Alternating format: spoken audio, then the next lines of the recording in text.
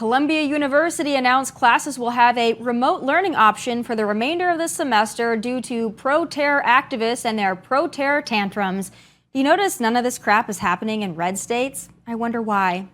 Before we start the show, a word from our sponsor. Despite everything the Fed has been trying, we are still feeling the effects of inflation. Filling up your car, grocery shopping, home repairs, everything is more expensive, as you know, and most of you are paying these bills with a credit card. Credit card debt is at an all-time high. If you're a homeowner, there is a way out, however. You need to call my friends at American Financing. They can put together a plan to pay off that high-interest credit card debt and create meaningful savings for you every single month. They're saving people just like you an average of $854 a month and closing in as fast as 10 days. So don't wait. Get yourself into a better position. Call their salary-based mortgage consultants today. It costs nothing to get started. And if you start today, you could delay 2 mortgage payments, giving you greater savings up front. American Financing can help get that monkey off your back. 866-890-8585. That's 866-890-8585. Or visit AmericanFinancing.net.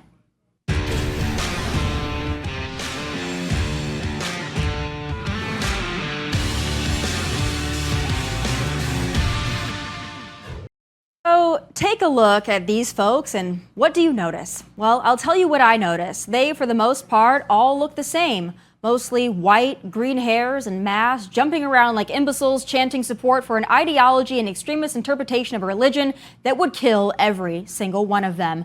Also, it's pretty wild when you realize that COVID sheep people, BLM thugs, Rainbow Mafia, climate huggers, and pro-Hamas folks are the same people, which is going to make it really awkward when Pride Month rolls around, because the last time I checked, fundamentalist Islam does not condone or allow this kind of thing to exist. Yeah, good luck finding their junk-tucking underwear and swimwear in Gaza or Iran or any Muslim Middle Eastern country. But these blissfully and willfully ignorant fools don't realize, or maybe they do and they just won't admit it, that the only place on earth they could get away with being a queer for Palestine is right here in the USA they chant death to. But for now, they're being coddled by these liberal encampments masquerading as institutions of higher learning. Due to their behavior and the risk to Jewish students on campus, Columbia has made the decision to finish the semester with optional remote learning. So decent students are still expected to shell out about $70K a year to attend Columbia, where they are unsafe and where they must hide behind a Zoom screen due to the university's inability and unwillingness to rein in the jihadis on campus. You know, it's terrifying to think that if this were September 2001, these losers would no doubt be cheering for the hijackers, sending billions to Ukraine, Israel, and Taiwan to fight against a new axis of evil. But meanwhile, that evil is being coddled right here at home. Joining me now with his take on all of it is townhall.com senior columnist Kurt Schlichter. Kurt, it's great to have you. I hope that you enjoyed my colorful intro, and I'm wondering your thoughts on all of the mayhem that's going on in this place called Earth. Well, you know, I'm coming to you from the beautiful Los Angeles beach cities. And it's a lovely day here, and I haven't seen any communists yet. So that's I'm pretty happy about that. I think the point is that most of this is a bunch of performative rich kids acting out on campuses. And I think, you know, you really caught it when you talk about how they look. This is the most motley crew of mutants, weirdos, and losers I've ever seen, Tomi. I mean, holy cow. I think the normal kids are out going to parties and studying, and these Debos are sticking their masks on and camping out on the quad. It is ridiculous. If I was an administrator, and of course I'm a retired Army colonel, I'd take a more directive approach and give them about 30 seconds to clear out before I send in the riot cop. But you know, the institutions created these morons, and the institutions now have to deal with them. So I'm just going to sit back in the sun, have a glass of iced tea, and just watch with amusement. You know, I wonder, you mentioned that you're in California. I mean, God help you. I think let's be honest here, plenty of communists in California. I also lived in California for a period of time before I fled about 4 years ago. But I have to ask you, because I was thinking about this morning. So we know a lot of these elite universities, of course, on the East Coast, you know, NYU, Columbia, Yale, all of these places are having this issue. It's a growing issue. But I'm surprised to see that this isn't happening at California universities. I know UC Berkeley Berkeley might be an outlier in that, but I expected when all this started kicking off, I expected these mass protests, encampments. I expected them at USC. I expected them at UCLA. I expected them at Stanford. And maybe there is a contingency of folks that are protesting in some way, but it's not like you're seeing on the East Coast. Why do you think that is? Well, there's a couple reasons, Tomi. For one thing, it's a beautiful day, and normal people don't want to spend a beautiful day out cheerleading a bunch of rapist, murderers, 7th century savages. They're off living their lives, interacting with people, kissing an occasional girl, and not being losers with daddy issues, acting it out on a public stage. The reality of the situation is this is purely performative. I mean, you look at the Vietnam protests, and a lot of it was driven by the fact that a lot of the college guys were afraid of getting drafted. It was self-preservation. And if you notice, the Vietnam War hadn't ended yet, but the protests ended as soon as the draft did. So this is really a boutique kind of bespoke protest. It's a few moron.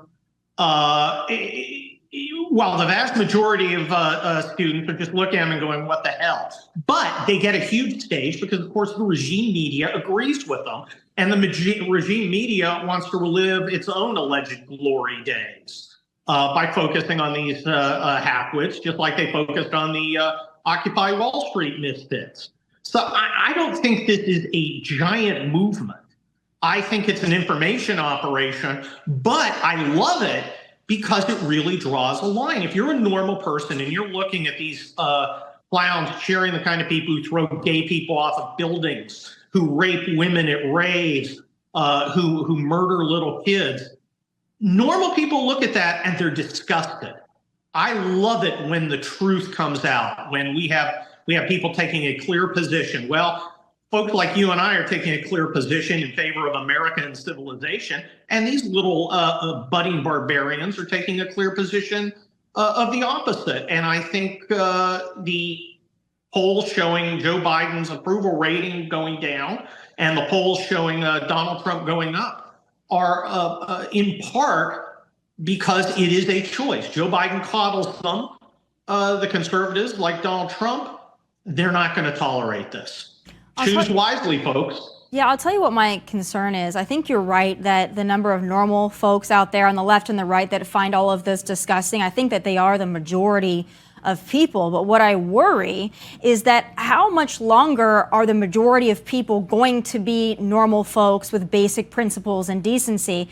Because the younger generations are coming up, and I don't feel like they're getting more conservative. I think that as they go through institutions and not only higher learning, but all the way from pretty much pre-K all the way up, they're being indoctrinated with this. And I worry that it's not going to be long before these kind of people start outnumbering the decent normal folks out there, because I don't think we're doing anything to rein this in on college campuses. The universities certainly are not. I don't know if parents are not. It just feels to me like it's not going to be long before we really have to deal with the fact that these people are becoming more numerous and they're going to be voting and they're going to be maybe working.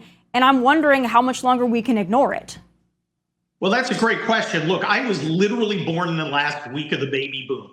20-year-olds don't have much to say to me, but I don't have much to say to 20-year-olds. I think it's going to be younger folks like you, young conservative leaders who've come up, who spent some time in the movement, who are really going to have to take the lead and bring this generation along. Now, reality is going to help. When you get into the real world, in many cases, it's going to change people.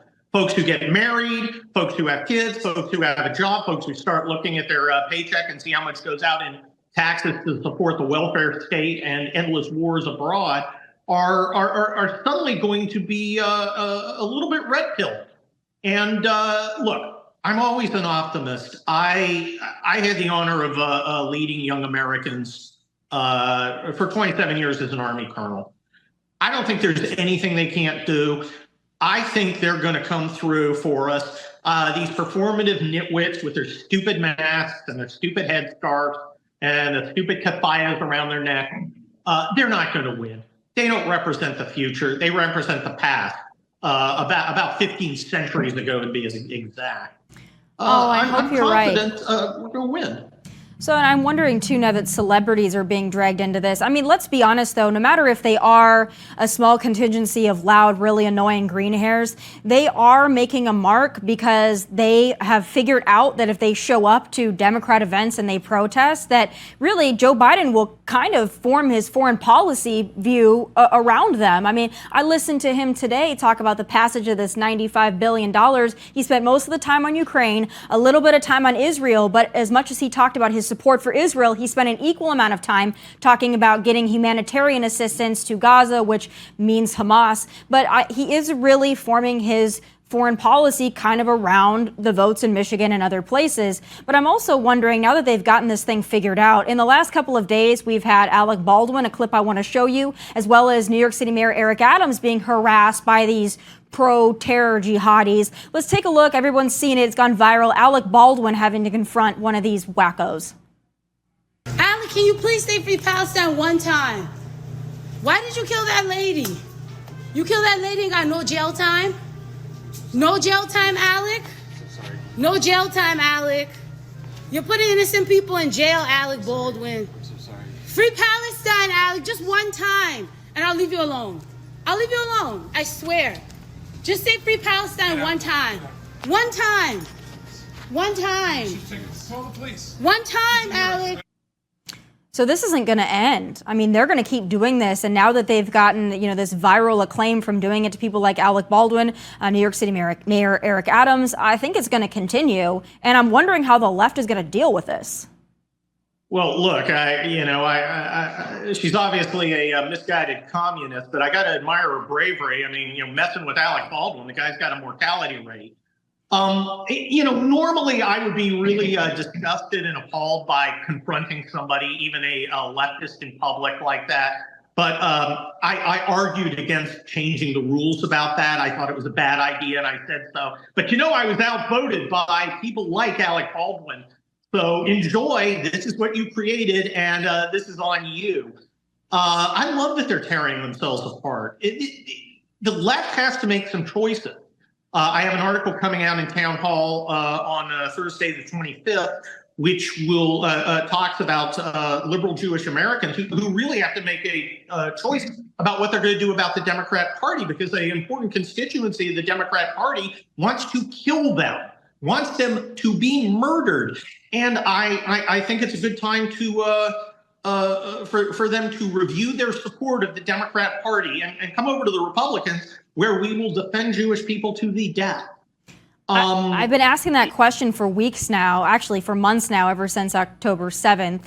Why any Jewish American, in seeing what the Democrat Party stands for, or at least what it refuses to loudly condemn, why they would continue voting for Democrats. I mean, it is astounding to me. I know that there's a deep allegiance for a lot of Jewish Americans to the Democrat Party, but I mean, at this point, I can't fathom why you would vote for people that are, actively either saying they want to kill you or coddling people that want to kill you.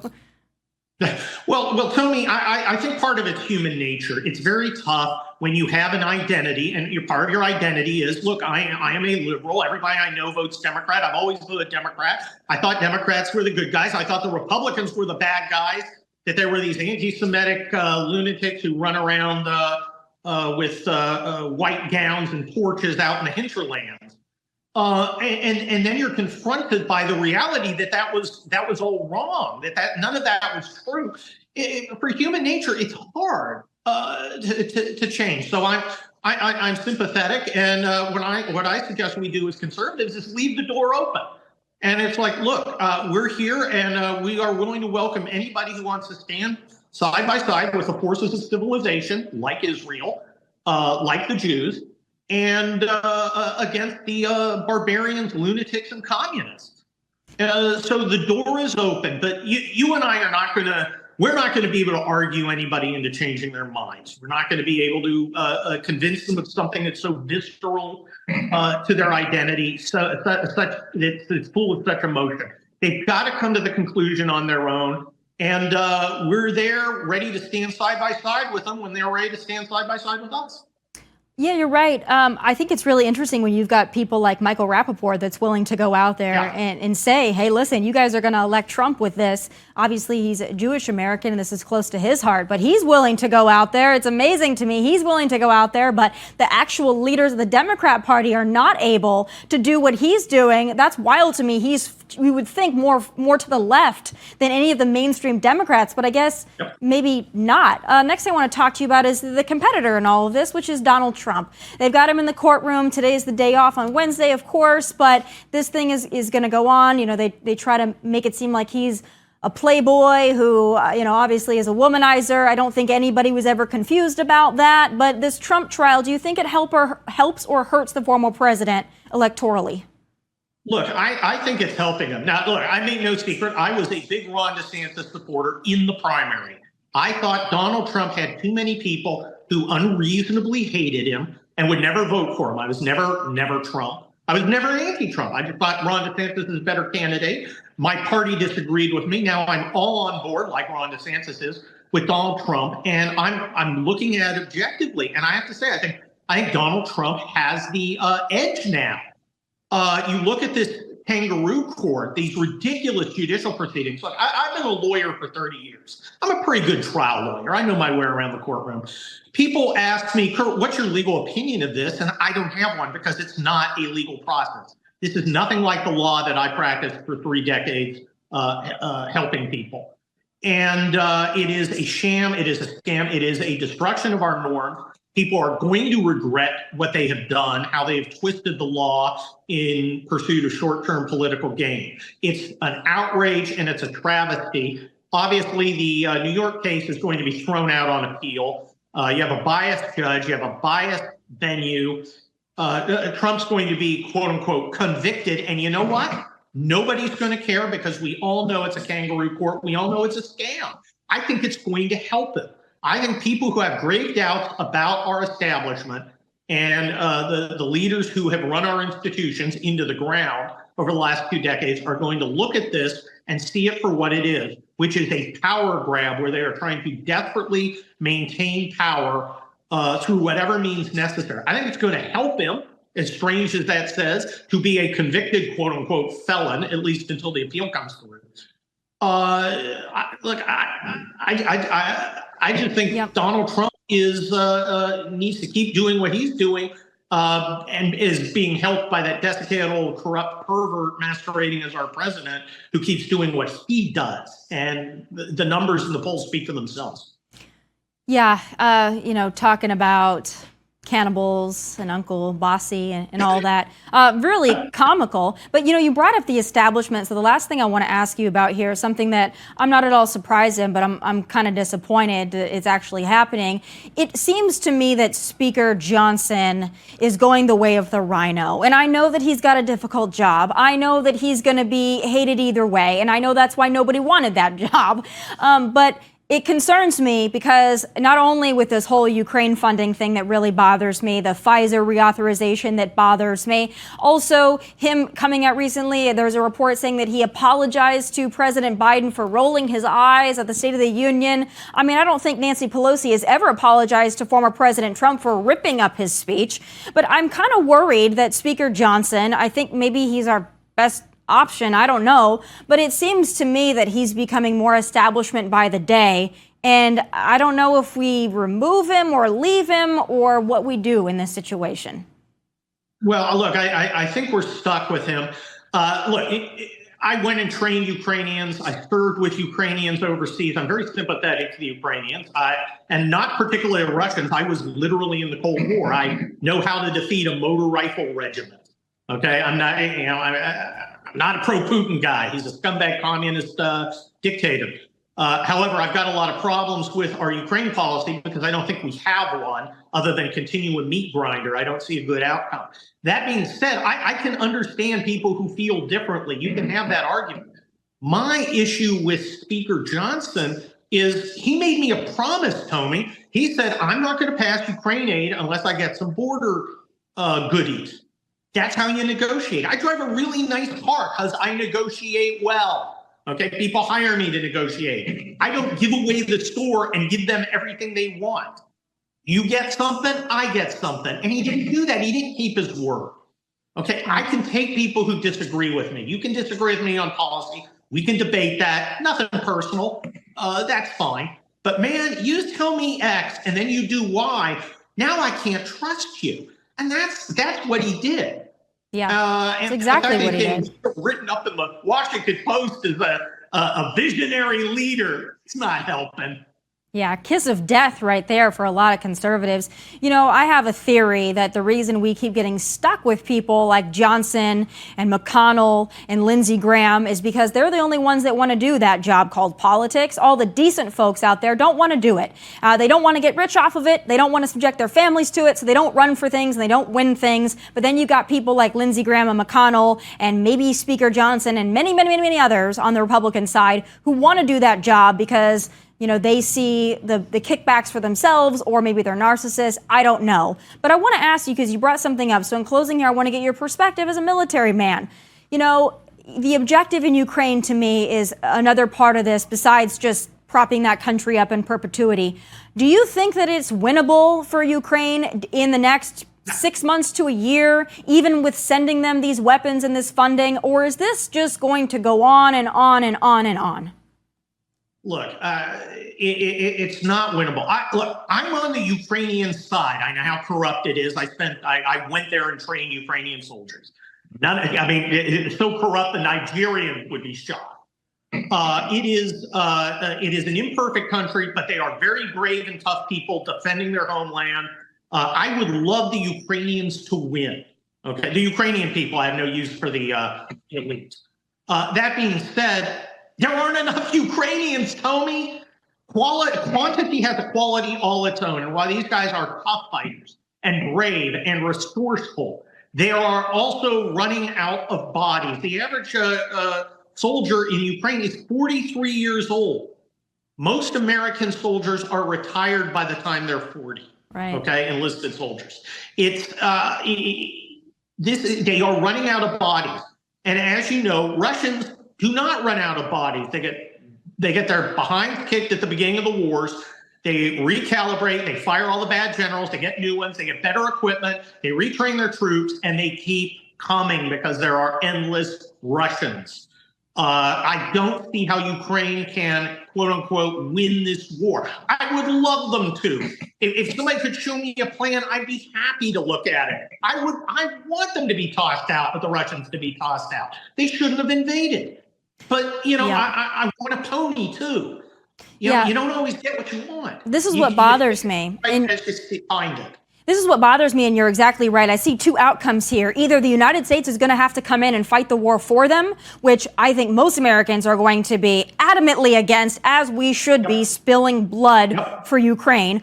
Or the more likely solution is going to be, we're going to keep funneling all this money in for some people to get rich, like Zelensky, and then they're going to end up having to negotiate with Russia in the end anyway, and all of that money we send is going to be for nothing, and then we're going to send more to help Ukraine build. Do you see that being the end of what this is going to be and how this is going to look like? Well, look, I know the giant we have to rebuild Ukraine scam is coming down. The one thing I like about the Ukraine bill is a lot of it goes to building up America's defense base. That's something we should have been doing anyway. But that's like going and throwing a rock through your window to help out the glass industry. Yeah. Okay. I'm not sure it's a great economic idea, but it is something. The whole Ukraine thing has been mishandled from the beginning. All I can say is if Donald Trump was president with guys like Robert O'Brien and Mike Pompeo, both Army guys, by the way, helping him out, it never would have been invaded. Right. Boy, and you know when we say that, they get so angry, but it's true. No new wars under Donald Trump. In fact, he ended ISIS. So that's where it is. I guess we need Donald Trump back, but things have spiraled so out of control. It's going to be clawing and scratching to get ourselves back to a good spot.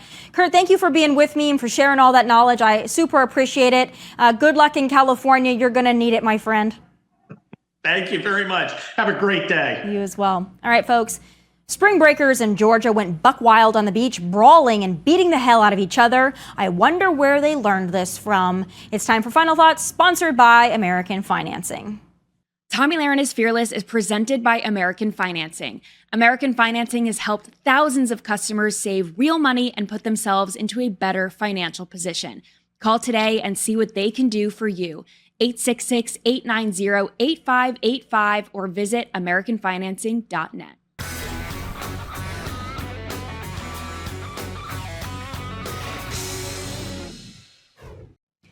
It's time now for another edition of Young People in the Wild. This time, the habitat is a beach in Savannah, Georgia, where spring break at the annual Orange Crush gathering turned into this. Once again, bystanders doing nothing but stand back, laugh, and film as wigs, press-on nails, fake eyelashes, and any remaining dignity goes flying through the salty beach air. Young people in America are out of control.